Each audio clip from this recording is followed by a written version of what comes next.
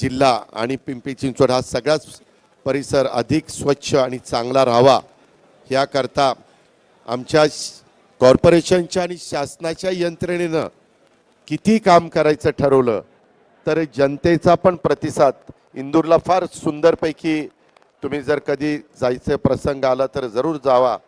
परंतु ज्या आमची टीम जाऊन आली त्यांनी मला तिथले काही व्हिडिओ दाखवले ते खरोखरीच लोकांनी स्वतःला शिस्त लावून घेतलेली आहे आणि ज्या भागामध्ये असे कचऱ्याचे ढीग दिसायचे तिथं आज देशातलं नंबर 1 चं स्वच्छ शहर म्हणून आपल्या इंदूरचा नावलौकिक वाढलेला आहे। आम्हाला त्या रस्त्याने जायचंय। आपण वेगवेगळ्या कामात लक्ष घालतोय, एन्व्हायरमेंटच्या कामात लक्ष घालतोय। तुम्ही बघितलं असेल काल परवा आपले प्रदूषणाच्या बाबतीमध्ये आपलं शहर हे बरंच खालच्या नंबरला होतं।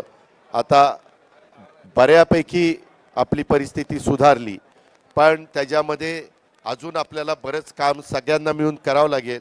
माझी मीडियाला विनंती आहे, माझी वेगवेगळ्या राजकीय नेत्यांना विनंती आहे, NGOजला विनंती आहे, सुज्ञ जबाबदार नागरिकांना विनंती आहे की आपण सगळ्यांनी मिळून याच्यात राजकारण न आणता वेगळा त्याच्यातनं अर्थ न काढता आपण ह्या सगळ्या गोष्टी चांगल्या करण्याचा प्रयत्न करूया।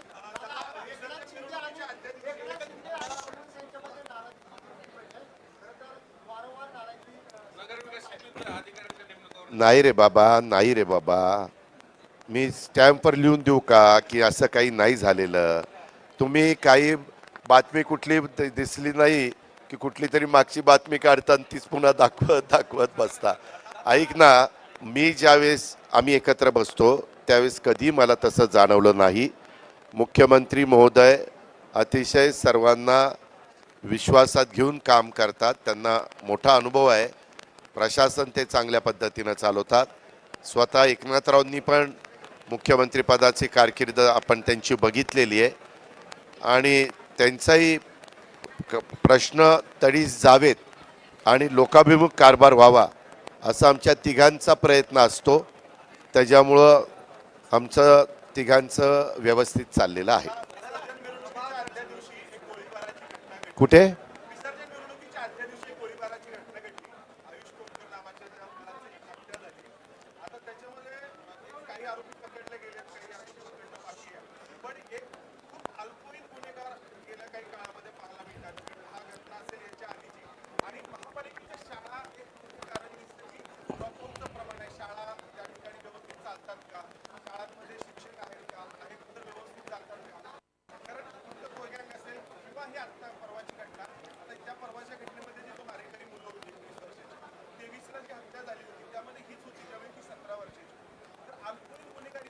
मी तुम्हाला तुमच्या मताशी मी सहमत आहे। मधी मी काही वरिष्ठांना म्हणजे केंद्र सरकारमधल्या काही मान्यवरांची पण चर्चा केली। आपलं ते 18 आणि 21 हे पुरुष आणि स्त्रीला जे संज्ञांचं वय आहे ते आणि त्याच्या आतमध्ये असेल तर तो गुन्हा होत नाही, अज्ञान धरलं जातं। वास्तविक तो काळ वेगळा होता, आताचा काळ वेगळा आहे। आता बऱ्याचशा तो मुलांना 13, 14, 12 वर्षाचे असल्यावर ह्या असल्या गोष्टी काहीतरी त्यांना माहिती असतं, आपल्याला काही होत नाही आणि ते खुशाल त्यांना काही कोणी वेपन दिलं की त्यांना ह्याच्यात फार आपण काहीतरी नवीन केल्यासारखं वाटतं आणि ते चुकीच्या रस्त्याने जातात। म्हणून ह्याच्यामध्ये केंद्र सरकारने पुढाकार घेऊन ती वय आहे त्याच्यामध्ये असे गंभीर गुन्हे घडले आणि तो 12 वर्षाच्या पर्यंत जरी असला तरी त्याच्यावर काही वेगळा कारवाई केली गेली पाहिजे असं आपल्याला करावं लागणार आहे। आम्ही कॅबिनेटमध्ये चर्चा करतो ना, तू जसा विषय काढला तसा चर्चा केली, बहुतेकांनी त्याच्यामध्ये सकारात्मक भूमिका दाखवली।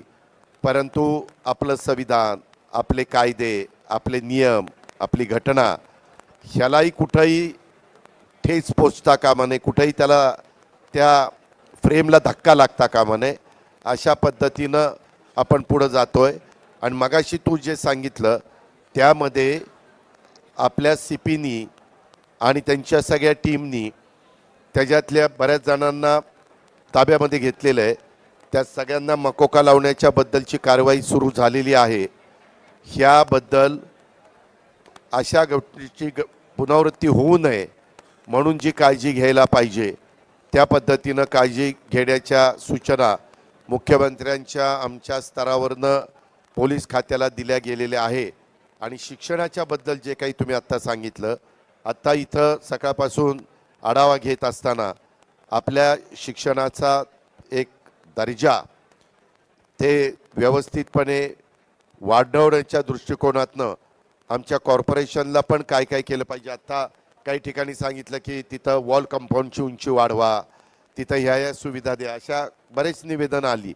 तर आयुक्तांनी आणि ॲडिशनल कमिशनरनी सांगितलं की हे आपल्याला केलं पाहिजे. त्याच्यात आम्ही आपल्या पुणे पिंपरी चिंचवड महानगरपालिकेला teaching staff, non teaching staff जो लागतो जो कमी असेल तर तो आम्ही भरू, मेरिटचा घेऊ, त्याच्यात कुठलीही वशिलेबाजी आम्ही होऊन देणार नाही. या पद्धतीनं आमचं नियोजन ठरलेलं आहे. आणि त्याच्यातून कुठल्याही पद्धतीनं माझ्या जिल्हा परिषदेच्या शाळेतल्या आणि माझ्या महानगरपालिकेतल्या नगरपालिकेतल्या शाळेच्या मुलांचं मुलींचं ड्रॉपआउटचं प्रमाण कमी होईल असं होता कामा नये म्हणून आम्ही सगळेजण खबरदारी घेतोय.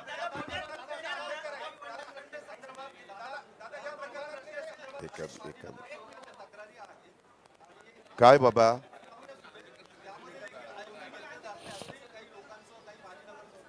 हे का एवढी मोठी महानगरपालिका आणि सगळे वॉर्ड, आणि आता बघा पूर्वी आपली वॉर्डची रचना प्रभागाची संख्या किती होती. आज मला काही सहकारी मित्रांनी सांगितलं एक एक प्रभाग 1,20,000 का 15,000 झालेत. प्रभाग 1,15,000. हे वस्तुस्थिती आम्ही नाकारत नाही आहे. आता पुढच्या वेळेसच 29च्या निवडणुका ज्या होणार आहेत त्याच्यात 543 खासदार जाणार आहेत देशातनं निवडून, आणि 543च्या 1/3 महिला देशातनं वाढणार आहेत. म्हणजे एवढी संख्या तिथं वाढेल. आणि आपल्या महाराष्ट्रात 288 हे नेहमीचे जातीलच, अधिक 96 महिला, एवढी संख्या वाढणार आहे. त्याच्यामुळं प्रतिनिधित्व करताना पण त्या प्रमाणामध्ये नागरिकांचं प्रतिनिधित्व करणारा लोकसभेतला सदस्य आणि विधानसभेतला सदस्य असेल. तोच विचार पुढं आम्ही कॉर्पोरेशन, जिल्हा परिषद, तालुका पंचायत ह्याच्यामध्ये नगरपालिकेत पण करू.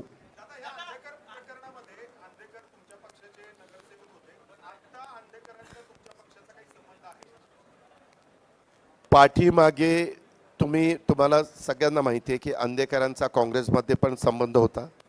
त्याच्यानंतर काही घटना घडल्यानंतर ते आमचे पण नगरसेवक होते.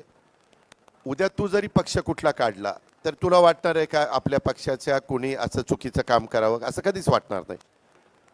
ही एक प्रकारची विकृती आहे. ही कुठल्याच पक्षामध्ये असावी असं कुठल्याच पक्षाच्या नेतृत्वालाही वाटत नाही, त्यांच्या कार्यकर्त्यांनाही वाटत नाही, त्यांच्या लोकप्रतिनिधींनाही वाटत नाही, आणि कुणीच या गोष्टीचं समर्थन पण करणार नाही. आपण नेहमी शाहू फुले आंबेडकरांचा महाराष्ट्र ज्यावेळेस म्हणतो त्यावेळेस त्याच विचारधारेने पुढे जाण्याचा प्रयत्न हा आमचा, तुमचा आणि महाराष्ट्रातल्या जनतेचा असतो.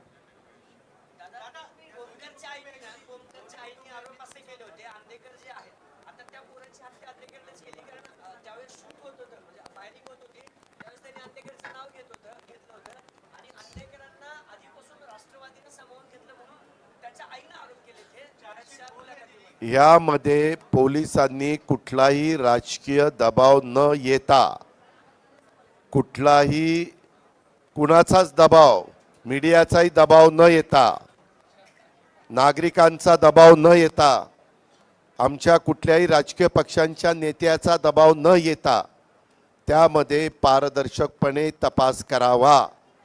हे मी ज्यावेळेस आपण लोकमान्य टिळकांच्या पूर्णाकृती पुतळ्याला हार घालायला आणि चव्हाण साहेबांचा हार घालून आपण 5 मानाच्या गणपतींची पूजा केली आणि मिरवणुकीला सुरुवात केली, त्याच्या आधी पण तुम्हाला माहिती आहे काहींना मी अधिकाऱ्यांना घेऊन बसलो होतो आणि त्यांच्याकडनं ब्रीफिंग घेतलं. आपल्याकडे CCTV कॅमेरा जे आलं यामध्ये जे कोणी दोषी असतील त्यांच्याबद्दल कायद्याने नियमाने जी कारवाई करणं गरजेचं असेल ती केली जाईल. धन्यवाद.